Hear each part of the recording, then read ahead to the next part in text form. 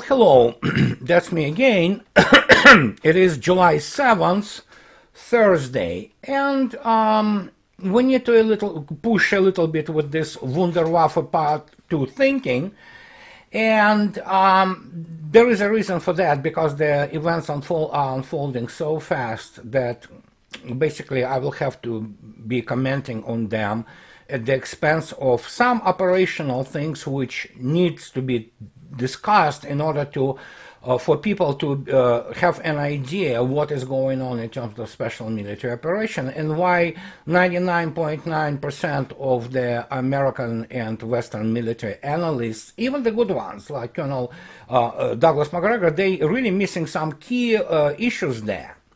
But of course we will start today with the fact that we know that Boris Johnson is gone, so at least United Kingdom can now elect or get a new clown prime minister. But it was coming. I mean, Western elites in general, and Boris Johnson is in Exhibit A, are the, apocalyptic Exhibit A of the imbecility and degeneracy which permeates now the political process of the oligarchy which runs the primarily Western world, and especially the United States and United Kingdom. And a recent Gallup poll also kind of testified to this fact. I believe it was done 2 days ago, something like that, but you can easily find it, that never in U.S. history did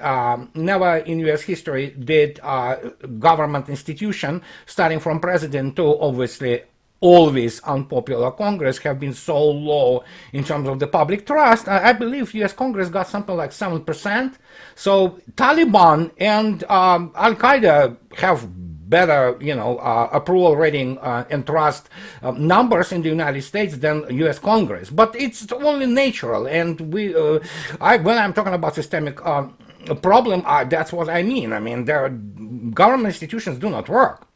So, but let's also recall that today Vladimir Putin was talking to press, and he stated one very interesting thing, which is not only RT but everybody, Reuters, what have you, reported, and he explained to people that Russia hasn't really started anything yet in Ukraine, and that's the point which I was trying to basically convey across, that Russia uses about 8% maybe of its military force in Ukraine and military resources. So she can continue with this for a long time, and those people who constantly press for, their timing is crucial. Well, timing is crucial in terms of Russia being able to sustain this operation pretty much indefinitely, and obviously that means, as you understand, as you can see around, including this Boja resignation, it means the deepening of the economic and political crisis in the combined West. And as already have been stated, not for once, Russia broke with the West. The combined West, people in Berlin, people in London, people in Washington, D.C., they have to give the cognizance to the fact that Russia doesn't want to deal with the current West at all. I mean, Russians are contemptuous. They are in full disgust of the current West for both social and economic reasons, and Russian president and Russian government merely reflects the will of people, because overwhelming majority of Russians, they just detest. I mean, they are, don't like West, to put it mildly, and there's no way this gap could be breached in any time soon. So this is the thing, and of course we go and refer to other American, so to speak, analytical source, which is not. I mean, but still, Bloomberg suddenly recognizes that, as you can see yourself, Russian economy more resilient than expected. Bloomberg economists are improving forecast for the year according to the report. It is one of those moments when I have to say, didn't I tell you so? So obviously, Bloomberg is the one of the most senseless thing invented after the rewinding of the DVDs. But I mean, even those morons who, and again, U.S. economic press, U.S. economic, so to speak, analytical, milieu, if you wish, is basically it's baloney. They understand modern monetary theory. They understand stock market. Maybe they pretend that they understand. They understand money, finances. They don't understand real economy. They really don't. And those idiots from G7 who want to put the cap on the oil price to deny Russia the windfall, the huge super profits. I mean, people, they live in the parallel universe. Those people are morons. I'm sorry, guys. From Olaf Scholz to Macron to, well, Boje is gone now. I'm gonna omit my discussion on the issue of Biden's administration. So, but you know what is going on. So let's be done with this. And again, I stumbled again today on this question which I need to answer. And the question is simple. Douglas McGregor, whom I respect profoundly, but again, he basically made a huge mistake by stating that when he was talking about the Pershing II, that it's a hypersonic weapon and Russians were afraid of it.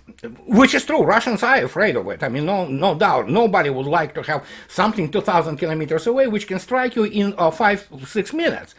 But the point is, Pershing II, the same as any ballistic operational, tactical, or operational missiles, are not hypersonic missiles per se. And I addressed this issue before, I address it again. People do not understand what modern hypersonic weapons are. And modern hypersonic weapons are the weapons which fly with the hypersonic speeds, maneuver, and they fly it within basically atmosphere. And that's the whole thing. For example, 3M-22 Zircon flies all its flight under its own power. And it flies it within atmosphere. Highest, I believe the highest it can get is 40 kilometers, but usually it's something like 20 to 30. Same goes to aeroballistic and quasi-ballistic, maneuverable Kinzhal, and same goes to obviously strategic avant-garde, which flies with Mach 27, maybe higher, within atmosphere or near atmosphere. It has nothing to do with the classic ballistic missiles, which fly in the ballistic trajectory. They climb above the atmosphere, and effectively part of their trajectory is in the already space.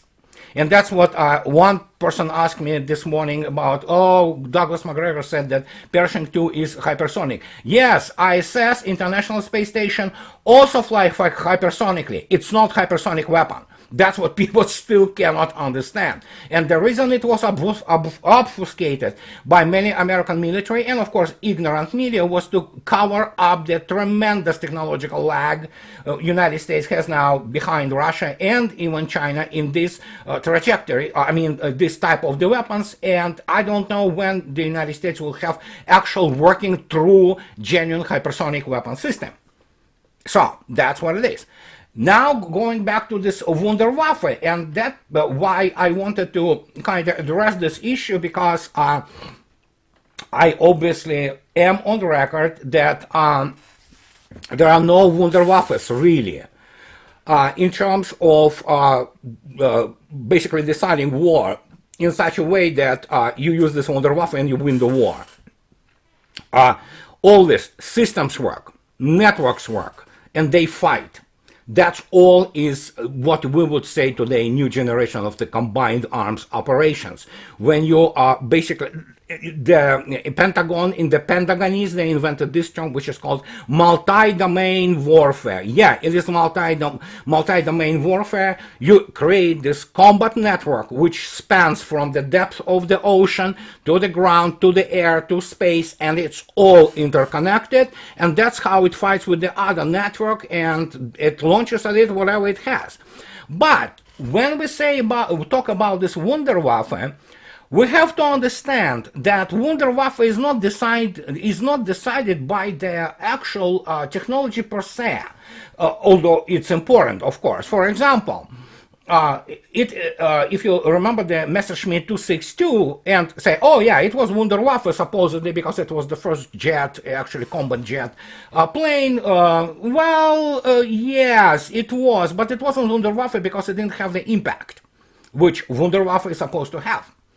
And the impact of Me-262 was that, yes, a very limited number have been brought to the front lines and fight in the air, and both Allies and Soviet aces, they shot number of the Me-262 flying either P-51 Mustangs or flying Lavashkin 7, Lavashkin 5, or Yakovlev 1 or 3 fighter, which were propelled, and still they managed to shoot it down. So, no, it wasn't Wunderwaffe. But if we talk about modern operations, and especially about the main criteria, which defines basically our, how to say, definition, if you want, of the Wunderwaffe, or wonder weapon, which can make a change or make a huge impact, then the first approach, so to speak, the first weapon which gets into the vicinity of this, of course, are hypersonic weapons, because it is a well-known fact since 80s that smart, high-precision standoff weapons can have the impact equaling that of the nuclear weapons. And now when you have the weapon which you cannot intercept by any existing means, then certainly it begins to kind of get a little bit of this Wunderwaffish flavor to it. And I wanted, that's what I wanted to introduce you to today, despite the fact that I already kind of made a presentation on this issue, is with this. As you can see yourself, this is the how the search is conducted. You say, what search has to do with anything to do? Well, it has everything to do with everything in the warfare, because obviously the main issue of the warfare is the basically detecting the target and developing firing solution at this target. And of course, when you deal with the stationary targets, such as the cities, for example, industrial plant, it's easy. You have the satellite, you have the aerial recon, you can have the recon from the ground, and you know the coordinates, fixed coordinates of this target. You develop firing solution, you shoot at it, and you blow it to smithereens, unless of course your enemy has the ability to shoot down your missiles. But whenever you're dealing with the actually modern armed forces, and this is this applies equally to both naval and ground forces, you are dealing very often with the maneuverable targets. And in this particular case, the issue of the search and detection becomes hugely important.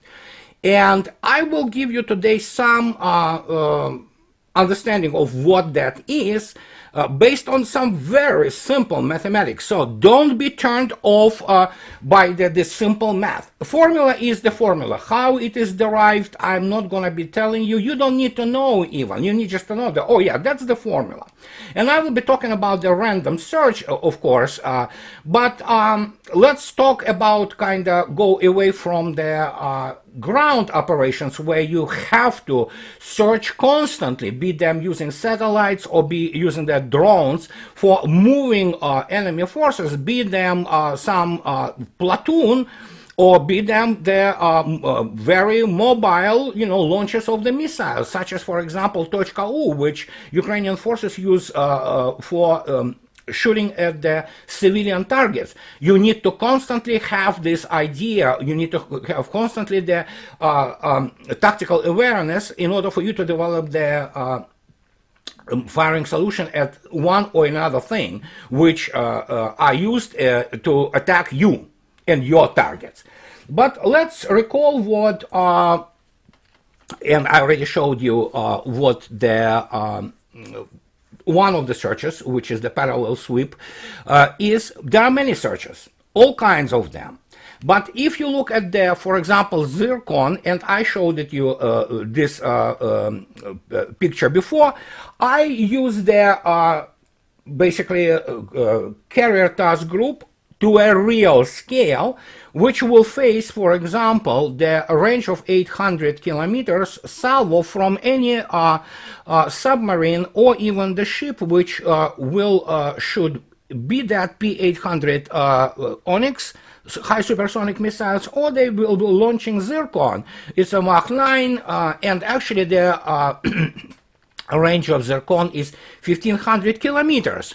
And for those people who want to start this again beaten to death cliche, I know where it originates, is you will get, if the carrier or Zircon will get the targeting. They will have a good recon on the surface targets, and they will get targeting on anything which moves, because there are systems which already are, so to speak, fully operational, be them old Legenda or modern Liana, and they provide you excellent targeting apart from other means, be them sonar or radar or what have you, and we'll be talking about this later. And they provide you enough data to develop the firing solution and fire the single or salvo of the missiles at the enemy targets. But and if you look at the other picture, and I posted it also to the real scale, I talk about it like 980 kilometers, for example, with the point or, and this is the point where your, for example, submarine or Russian ship with the Zircon missiles will be located, and that shows you pretty much the area which U.S. Navy and its assets, and including obviously space assets, need to search to develop a firing solution. And this is the area which is, roughly speaking, 3+ million square kilometers. Not too shabby, isn't it? If to consider that if you will see, look at the point O, which is the position of the ship, let alone submarine, this point O will be in constant movement, and that's where it comes down to this whole shebang, so to speak. Pardon my French for the clusterfuck, which you need to kind of create in order for you to find, especially submarine. And don't forget, Zircon, apart from 3M14 missiles, which are already being carried by modern Russian submarines, both diesel and nuclear, and of course Onyx, Zircon should be start its procurement. Two submarines, it's already procured on the surface ships, should start in 2024. With the first submarine for this serial produced will be Kazan of the Yasin class SSGN. So, and you look at basically if you get into the 1500 kilometer range of the Zircon, and especially its Mach 9 speed, so you have what? The area roughly, calculate by R squared, my friends, you will have more than 4.5 million square kilometers area, which is the half of the United States, and you will need to search it. And that's where the problem comes, where apart from the fact that you cannot shoot it down, you cannot shoot Zircon down, really. Salvo, there's no way. And I already provided you some numbers for that. But you will start with all kinds of searches which you will need to conduct in order to basically find the submarine, let's say, in this particular case, submarine which will be hanging around, and probably already hangs around, the American coastline, and which will be on the patrol and having the, let's say, coastal areas under constant, threat, if you wish. So how do you start? Where do you start with this? Well, I will have to tell you that obviously you don't start with just by basically, random things, which come to your mind and saying, oh yeah, let's start searching for the submarine somewhere here or somewhere there. No, but I can show you, and I already showed it to you before, what will, for example, operational sweep, and again, it is in the real scale, of the single P-8 Poseidon, which of course doesn't care, the main tool of the detection of the submerged submarines, which is magnetic anomaly detector. Indian P-8 Poseidons, they do carry it, but not American one, and supposedly it should use the drones but let's say there are still good old P3 Orions which do carry it, and you can look at basically what area can the single P, whatever, conditional P8 or P3 Orion with its speed of around 400 kilometers per hour search, if you wish, in the distance from 1,000 kilometers from its base, and in the distance of 2,000 kilometers on its base, and as you can see yourself, that's the single plane. And as you can see yourself, it's not much really if you also consider the fact that submarines move. You do not know where the submarines are today, and that's another thing. So where is the submarine? In this case, you have to ask the question, where do we start even our search? And that's what you have. I'm not going to give you this simple, it's very simple really formula. It's the called density of the distribution of the probability, or probability density distribution maps. This is a whole science which is used in especially anti-submarine warfare, and here are how those maps look like, especially when you conduct different types of searches. And of course that gets us into the area which is completely classified, very top secret, which is of course the tactical hydrology, tactical other things which go into defining or deciding where you start your search.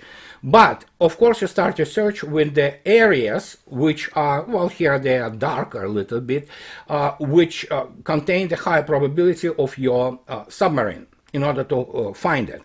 The issue, of course, with the submarines which carry something, the weapons, standoff weapons, which have the launch ranges of between 800 to 4,500 kilometers, you are facing a monstrous task. How to even start? Where do you start? Even when you use the very sophisticated computer algorithms which allow you to calculate the most probable point of location of the submarine area.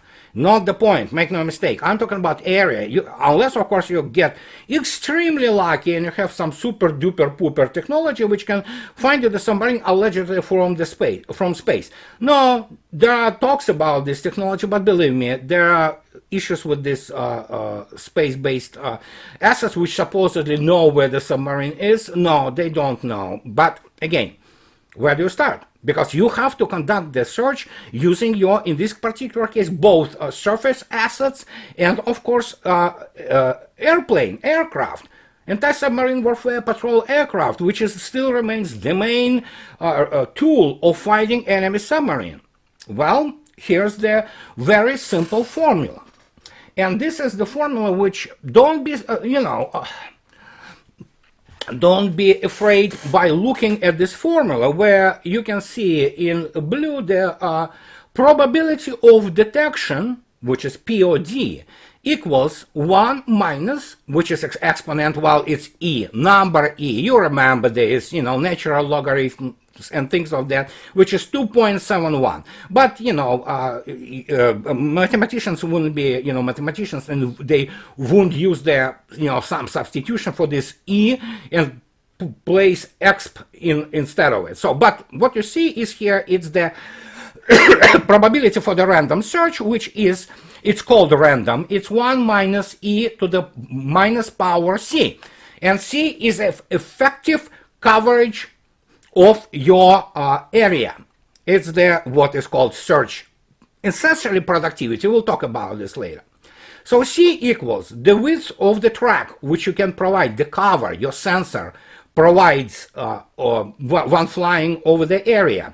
Usually, if we talk about the magnetic anomaly detector and P3s, Orions or Russian IL-38s, they fly fairly low. It's probably 400 even 200 meters over the surface, which is a very bumpy ride. They fly around, 400 kilometers an hour, sometimes slower, and the actual width which they cover, the magnetic anomaly detector covers, is about 2 kilometers. 1 kilometer to the left, 1 kilometer to the right, but sometimes it could be slightly more. But as you can see yourself, I give you the first example of that. That let's assume that our single plane needs to search the area of 800 square kilometers. And we know that the width is of our track or biomagnetic anomaly detector and some other sensor is 2 kilometers. So, and we need to do it in 1 hour. Okay, what is the length then of the track? It's obviously essentially the velocity times time. In this case, because we do it for 1 hour, our length equals that 400 kilometers per hour multiplied by 1 hour, and length equals 400 kilometers.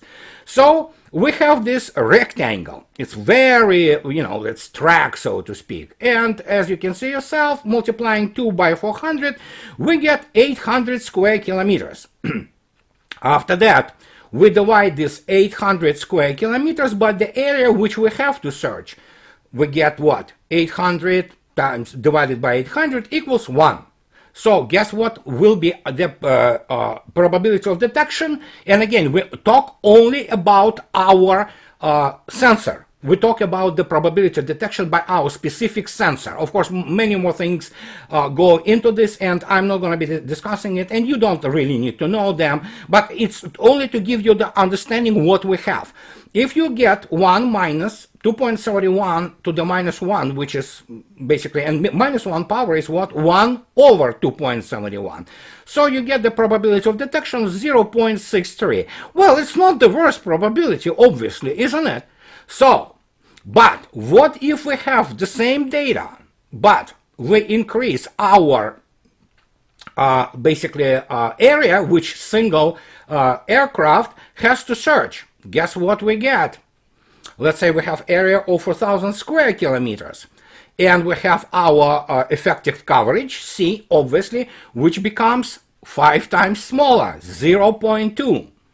Let's plug it into our formula, and suddenly you can see yourself that a probability of detection becomes, well, not good. It's 0.18. But as I already showed you, the parallel search, believe me, there are other searches, types of the searches, spiral, or all kinds of other searches, But a parallel search is basically a traditional search, and if you look at the parallel search, you will have to know that in this particular case, the empirical evidence and empirical experience, if you wish, of those searches gives us not just E, it gives us 1.3 E. That's the number which you need to, basically multiply this, your E to the minus 1 power. In this case, it increases your probability somewhat. In case of the parallel search of 4,000 square kilometers, you have obviously some better chance with from 0.18 it goes to something like 0.23 or something like that. Still low, but, and here's the issue, how do you address that? Very simple. You increase your effective coverage by what? Force. You produce either many planes or more planes and being on the longer patrol. But even if you do this, consider the fact that what do you have to do to find the single nuclear-powered submarine, very silent, very magnetic inert, so to speak, and very, very hidden and stealthy, if you have to search for the area of 3.5 million square kilometers. There you go. Suddenly it becomes almost an impossible task. And that is why I'm on the record that United States coast, where the main infrastructure is located and decision centers, it's absolutely not defended by anything. You, of course, can string the line of the Arleigh class Aegis destroyers or Ticonderoga Aegis cruisers along this line, or you can send the whole fleet to find or to try to find submarine. But let me tell you, even famous Caribbean crisis, and those 4 diesel old Russian submarines, which were headed by that time chief of the brigade of the 69th Brigade of the Diesel Submarines, who later became the Vice Admiral Arkhipov, which was superintendent of my Naval Academy. I studied under his command. And they were not that great successes, actually. Yeah, the 3 of them have been forced to surface because they were diesel submarines. They didn't have, ability to be under the water constantly. But the 4th one actually have never been found. In the end, it surfaced on its own after the thing kind of settled down, and yeah. And that did require pretty much all Atlantic, U.S. Atlantic fleet, plus some Canadian forces which were involved in the search and detection of those submarines. We are at 2022 today. When you have 2 submarines and you don't know how they are positioned, you have virtually 0 chances of really finding them. The only thing which you can do is to throw out there all multi-purpose, which is Los Angeles and Virginia, Los Angeles Flight 3 and Virginia-class submarines of the Atlantic Fleet or the Pacific Fleet, trying to find those damn Ruskies. And that's where the big game starts.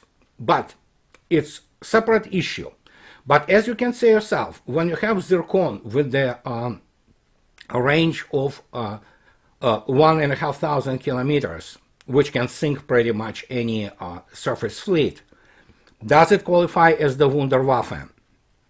Not really, but it can have a massive strategic implications in the real war, in effect, which can change, again, strategically, that means almost on political level, the dynamics of the whole war. And that's what I wanted to talk to you about today, because you need to start kind of getting this a little bit acquainted with this, because obviously it's impossible to explain how war proceeds. And by the way, the same principles of the search, detection, and developing the firing solution are used today in the special military operation by Russian intelligence, surveillance, and reconnaissance assets. And that's how most of the Ukrainian forces, especially its mechanized part and all those American, French, German, whatever the weapons which are being sent there, are getting obliterated. So, and this is what I wanted to talk about today to you guys. And as always, if you like what I do, please subscribe. And those who can afford, please support me on Patreon. And I'll be talking to you later, guys. Bye-bye.